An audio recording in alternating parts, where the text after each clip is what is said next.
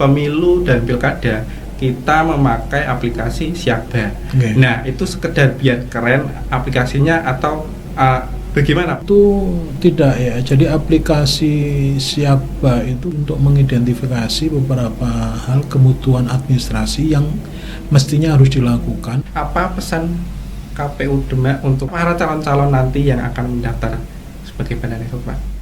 Pengalaman yang kemarin bisa diasah lagi, dikembangkan lagi, pemahaman tentang kepemiluan. Halo teman pemilih di mana Anda berada. Selamat datang di podcast Persepsi, perbincangan seputar pemilu dan demokrasi.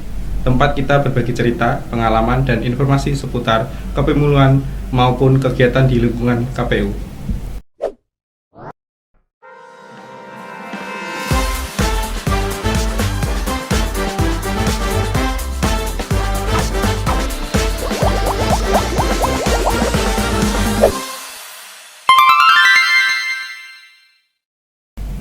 Kembali lagi bersama saya Toat yang akan menemani obrolan kalian dalam podcast Persepsi episode kali ini.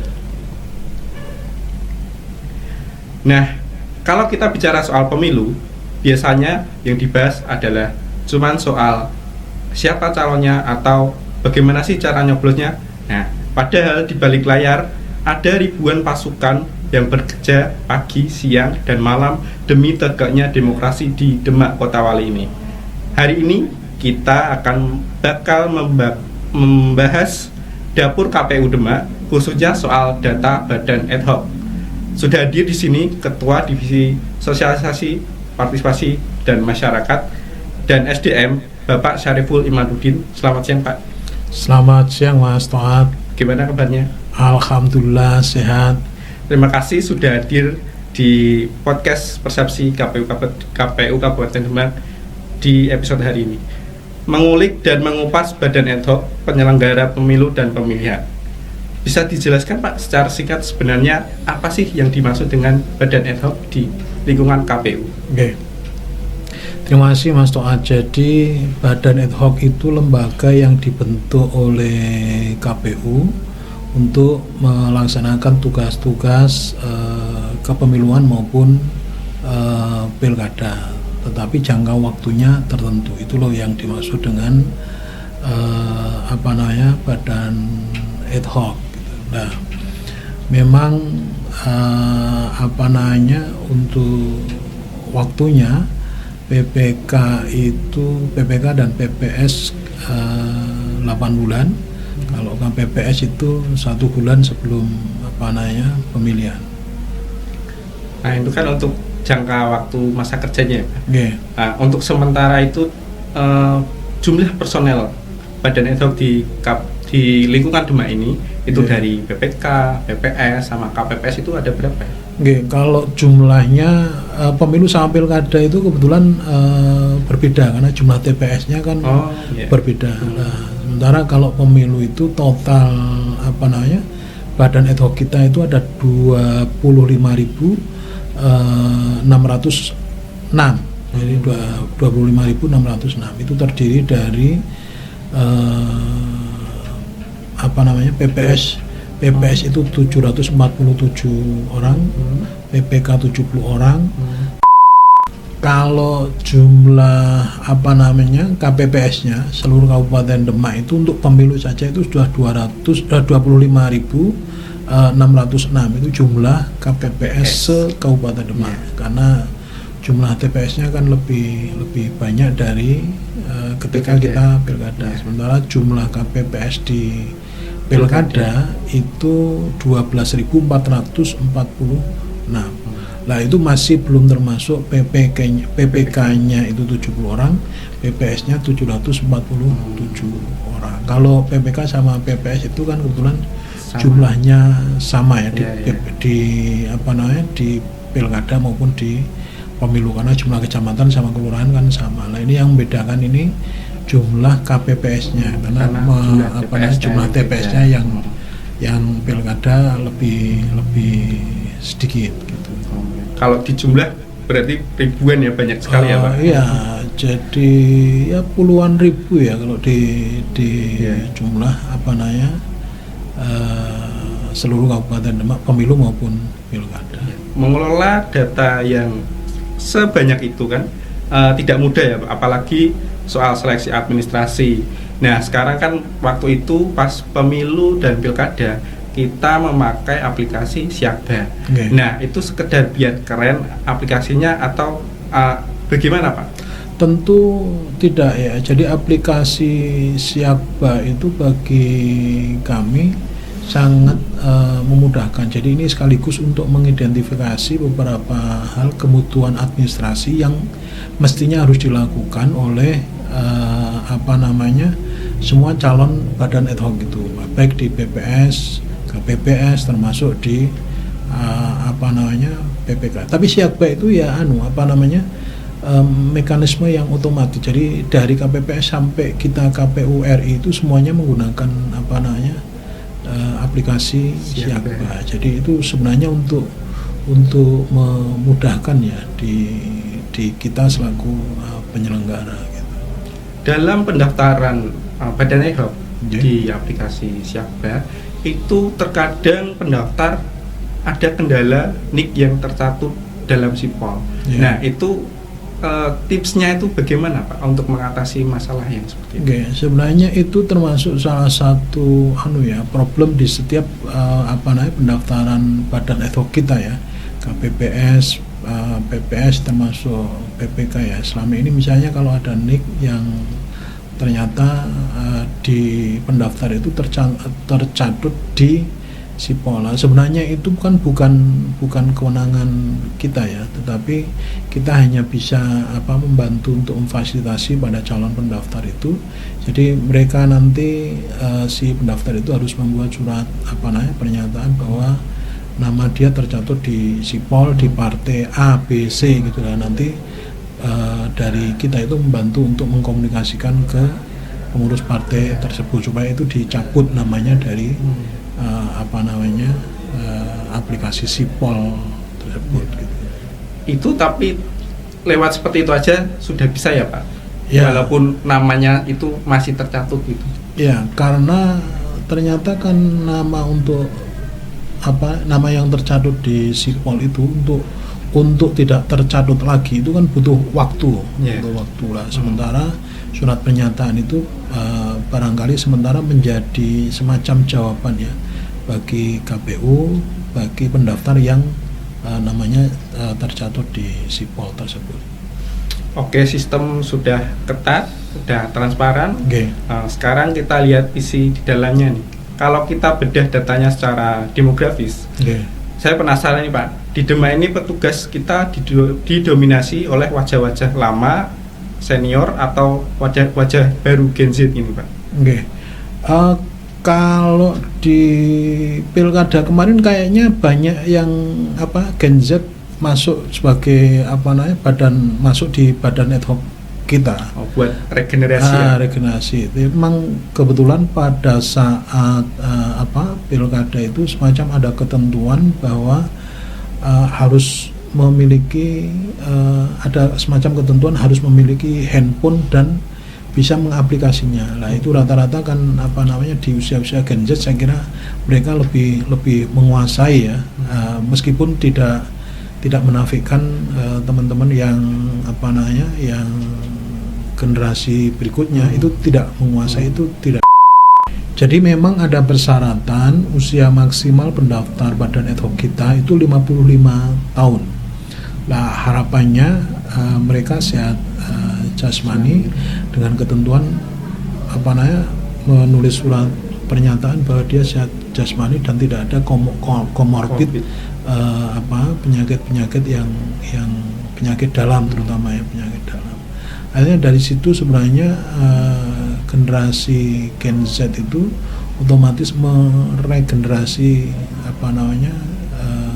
calon penyelenggara pemilu kita, gitu Mas.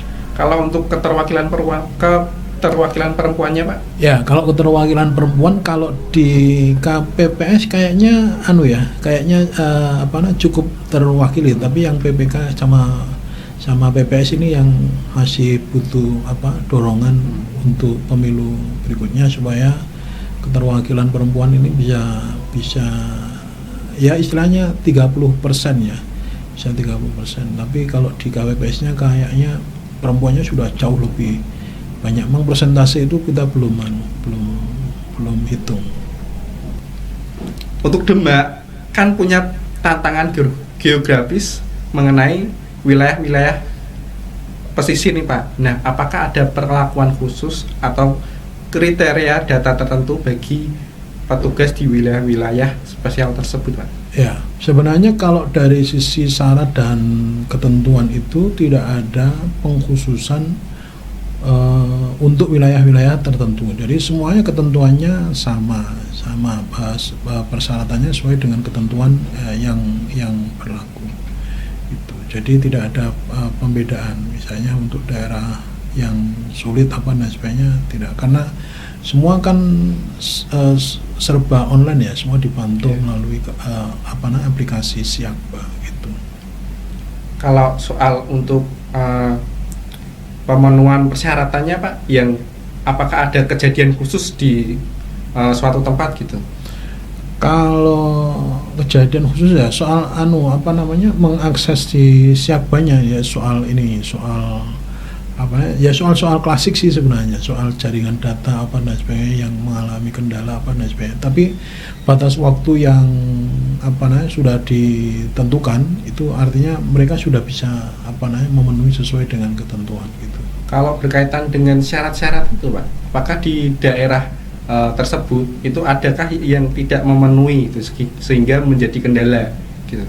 Syarat apa misalnya? Ya seperti ijazah gitu. Ya, kalau itu ada misalnya di beberapa daerah tertentu misalnya kekurangan yang lulusan SLTA gitu toh. Ya. Tetapi di ketentuan kita di ketentuan itu ada berikutnya, kalau misalnya syarat ijazah SMA itu tidak terpenuhi, bisa melalui pakai mekanisme kerjasama dengan lembaga pendidikan begitu. Waktu itu yang tidak memenuhi itu di daerah mana? Kayaknya kalau nggak salah di daerah Wedung apa mana, saya agak lupa. Ada beberapa daerah yang memang menyampaikan misalnya soal SDM yang ijazah SMA-nya tidak terpenuhi. Tetapi jumlahnya tidak banyak ya, jumlahnya tidak signifikan, artinya masih bisa kita atasi. Oke, tadi kita sudah bicara soal data, sekarang kita bicara soal perlindungan nih Pak. Bagaimana sinkronisasi data Badan Ad Hoc dengan jaminan kecelakaan kerja ataupun santunan? Oke. Jadi alhamdulillah di Kabupaten Demak kalau soal sinkronisasi data itu yang mengelola Siakba di kita itu langsung komunikasi intens dengan pihak BPJS Kesehatan maupun BPJS Ketenagakerjaan. Nah, itu data-datanya semuanya dikirim, nanti dicocokkan, termasuk pencocokan nama dan nick-nya. Kalau sudah sama, itu artinya berarti nama tersebut otomatis sudah tercover BPJS sesuai dengan masa kerjanya. Kalau yang masa kerjanya 8 bulan ya berarti 8 bulan, kalau yang 1 bulan 1 bulan. Misalnya ada yang dalam menjalankan tugas kepemiluan maupun pilkada mengalami kecelakaan di jalan, itu bisa di-cover oleh BPJS Ketenagakerjaan. Menjalankan kegiatan kepemiluan ternyata sakit, kepala pusing, ada yang pengalaman, ada yang kesetrum mic itu kan ada itu, jadi langsung sakit masuk rumah sakit ya, itu alhamdulillah sudah tercover di BPJS Kesehatan. Itu KPPS ya Pak? KPPS ya, KPPS. Jadi anggota KPPS mungkin pagi kan menyampaikan beberapa hal. Nah, itu mic-nya terlalu dekat, itu kesetrum. Nah, itu alhamdulillah tidak masalah, terus di cover BPJS. Ada yang kita kasus di Kecamatan Gajah ya, Kecamatan Gajah itu ada anggota KPPS yang meninggal, tetapi di meninggalnya sudah di luar tahapan. Sudah di luar tahapan, tetapi misalnya jatuh sakitnya itu masih tahapan. Kalau masih tahapan masih bisa di Masih cover, bisa di cover, tapi di luar sudah di luar tahapan masalahnya. Tetapi ya akhirnya kita sudah bantu urus-urus, meskipun akhirnya di cover sama BPJS yang lain yang diikuti oleh badan ad hoc kita itu. Ya, gitu, karena alasannya dari pihak BPJS itu sudah di luar luar tahapan. Gitu. Oke, masuk ke closing statement, Pak. Apa pesan KPU Demak untuk para petugas ad hoc yang datanya sudah ada di Akbar, ataupun para calon-calon nanti yang akan mendaftar sebagai badan ad hoc, Pak? Enggak, saya kira soal pemilu berikutnya, pemahaman tentang kepemiluan yang kemarin sudah menjadi badan ad hoc baik di pemilu maupun pilkada, saya kira nanti bisa ikut bergabung di keluarga besar kita KPU melalui badan ad hoc. Ya, barangkali pengalaman yang kemarin bisa diasah lagi, dikembangkan lagi. Pemahaman tentang kepemiluan, saya kira nanti di pemilu berikutnya bisa bergabung di keluarga besar kita, penyelenggara pemilu di kecamatan, desa maupun di KPPS. Jadi kesulitan teman-teman untuk mengakses di aplikasi kita Siakba, saya kira teman-teman sudah punya pengalaman. Baik, sepertinya cukup sekian episode kali ini. Tentunya masih banyak obrolan seru seputar pemilu dan demokrasi yang bakal kita kupas tuntas di episode-episode selanjutnya. Jadi, jangan lupa untuk pantengin terus channel ini ya. Like, comment, subscribe YouTube KPU Kabupaten Demak, dan follow juga media sosial kita di @kpukapdemak. Sebagai host, saya mohon maaf apabila ada perkataan yang salah. Saya Toat Salimin, pamit undur diri. Sampai jumpa di episode selanjutnya. Salam demokrasi.